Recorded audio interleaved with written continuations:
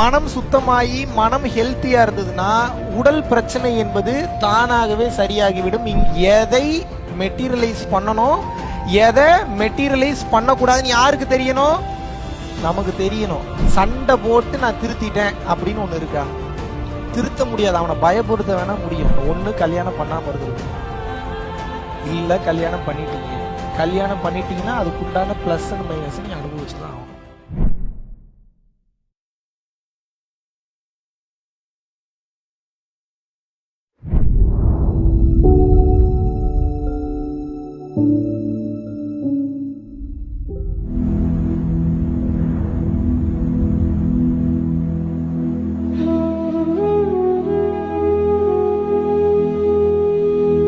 குருவே சரணம்.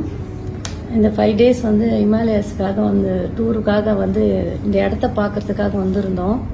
அதை விட எங்களுக்கு வந்து இந்த இடத்துக்கு வந்து மகாவிஷ்ணு வந்து ஒவ்வொரு இடத்துலையும் ஒரு மாற்றம் எங்களுக்குள்ள நடக்க வச்சாரு. ரொம்ப பெரிய விஷயமா எங்களுக்கு அதை சொல்ல முடியாது, வார்த்தையினால சொல்லவே முடியாது. அந்த அளவுக்கு உள்ளுக்குள்ள மாற்றம் எங்களுக்கு நடந்திருக்கு. இது 5 நாள் போனதே தெரியல எங்களுக்கு. மெயினாக உள்ளுக்குள்ள மாற்றம் நடக்கும் நாங்களாம் இதெல்லாம் எதிர்பார்த்தெல்லாம் வரவே இல்லை. இந்த அளவுக்கு எங்களுக்கு ஒரு புது அனுபவமா, இப்பதான் பிறந்தா மாதிரி, இப்பதான் ஒரு புது உலகத்துக்கே வந்தா மாதிரி ஒரு அனுபவம் எங்களுக்கு கிடைச்சது. இதுக்கெல்லாம் காரணம் அந்த பரம்பொருள் சிவனும் நான் கும்பிடுறது மகாவிஷ்ணுக்கும் நன்றி சொல்றேன். குருவே சரணம்.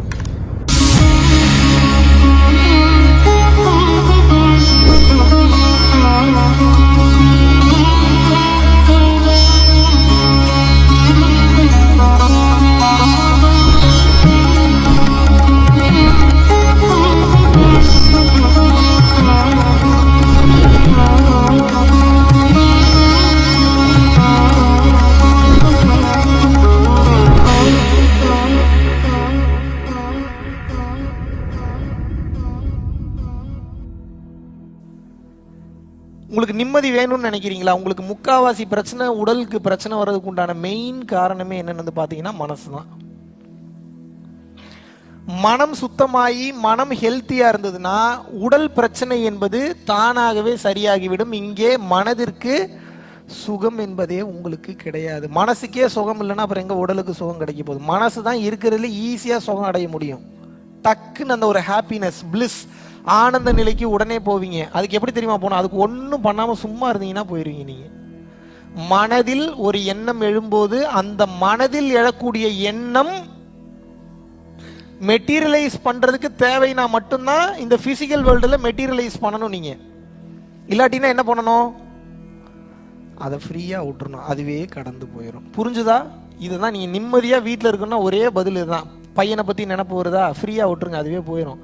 அந்த பையனை பற்றி ஏதாவது முக்கியமான விஷயம் நம்ம பண்ணணும்னா மட்டும்தான் மெட்டீரியலைஸ் பண்ணணும் வெளியில். புரியுதா? இப்போ ஒரு எக்ஸாம்பிளுக்கு கேஸ் ஸ்மெல் வருது, ஒரு உண்மையாகவே கேஸ் ஸ்மெல் வருது, என்ன பண்ணுவீங்க? கடந்து போட்டுன்னு விட்டுருவீங்களா? நீங்கள் அது வாட்டுக்கு போட்டுங்க பிரவாகத்தில். அப்படி இருக்க முடியுமா? முடியுமா?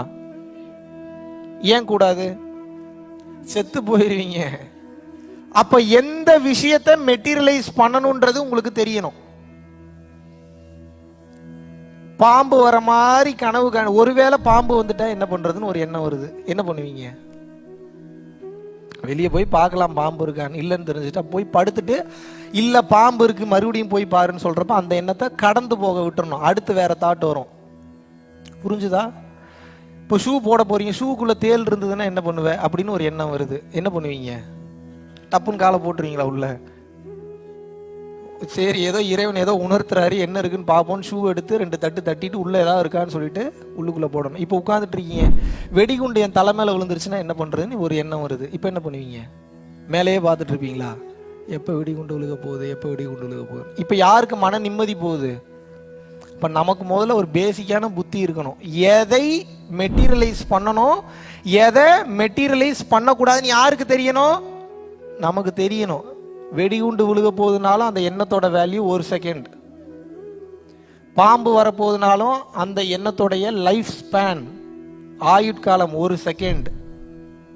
நீ பரீட்சையில் ஃபெயில் ஆகிட்டேன்னா என்ன பண்ணுவோன்னு ஒரு தாட் வருதுனாலும் அதுக்குண்டான லைஃப் ஸ்பேன், அந்த எல்லாமே ஒரு எண்ணம் தான், 1 செகண்ட்.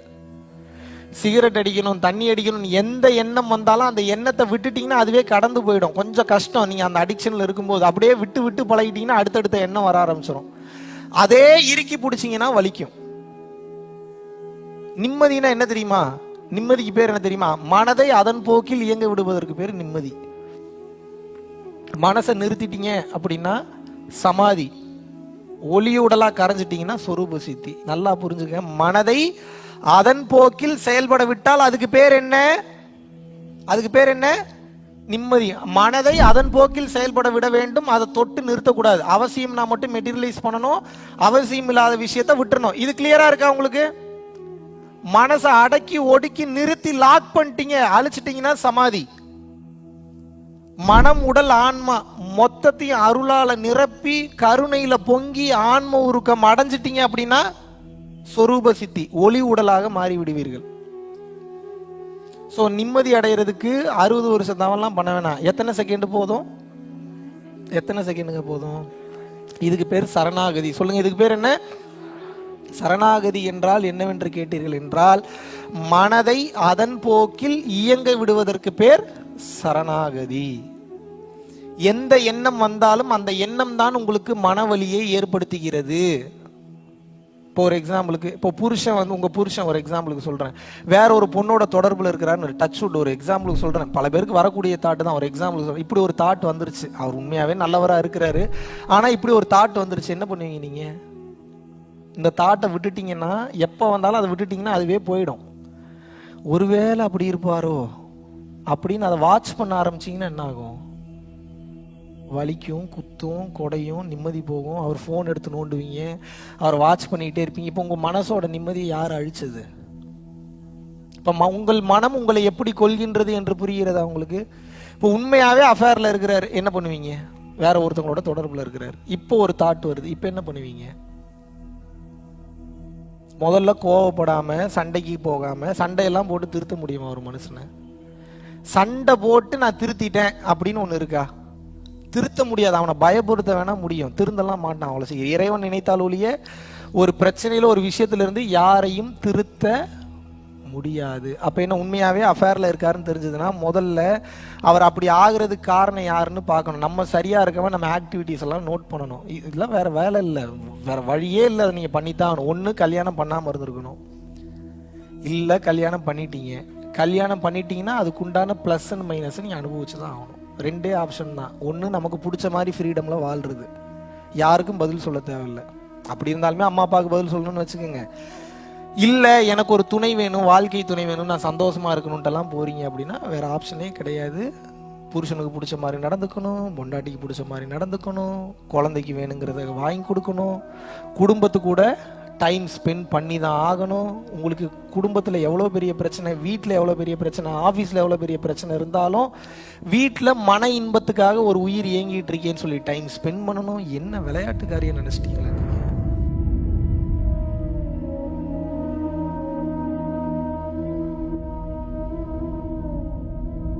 பரம்பொருளின் கருணையினால உங்களுடைய இடைவிடாத அன்னதானத்திற்கு நீங்கள் அனுப்பப்பட்ட பணத்தின் மூலியமாக பல லட்சம் உயிர்களுக்கு இது நாள் வரைக்கும் வந்து சாப்பாடு கொடுத்துருக்கோம்.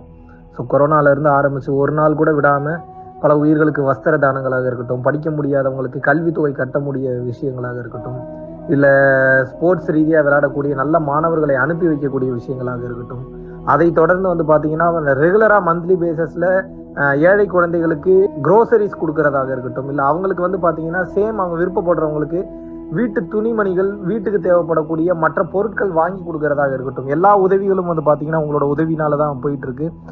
சாது சிதம்பர சுவாமிகள் வளநாட்டார் வந்து ஒரு வார்த்தை சொல்லுவார், பசித்தோர் முகம்பார் பரம்பொருள் அருள் கிட்டும் அப்படின்னு வந்து சொல்லுவார்.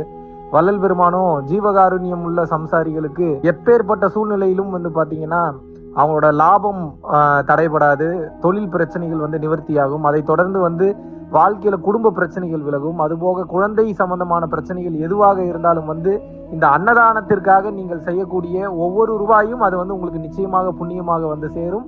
புண்ணியத்தை கடந்த நிலையில் முக்தி பாதைக்கும் அது நிச்சயமாக உங்களை வழிநடத்தும். அதனால விருப்பப்படுறவங்க நம்மளுடைய பரம்பொருள் அறக்கட்டளையினுடைய சேரிட்டி ஆக்டிவிட்டீஸ்க்கு தங்களுடைய விருப்பப்படக்கூடிய நன்கொடையை கீழே உள்ள டிஸ்கிரிப்ஷன்ல இருக்கக்கூடிய அக்கௌண்ட் நம்பருக்கு செலுத்தலாம். இதற்குண்டான அந்த அருளை சித்தர்கள் உங்களுக்கும் உங்கள் குடும்பத்தாருக்கும் வழங்க வேண்டுகிறேன். குருவின் பரிபூர்ண அருளாசிகள். குரு கடாட்சம்.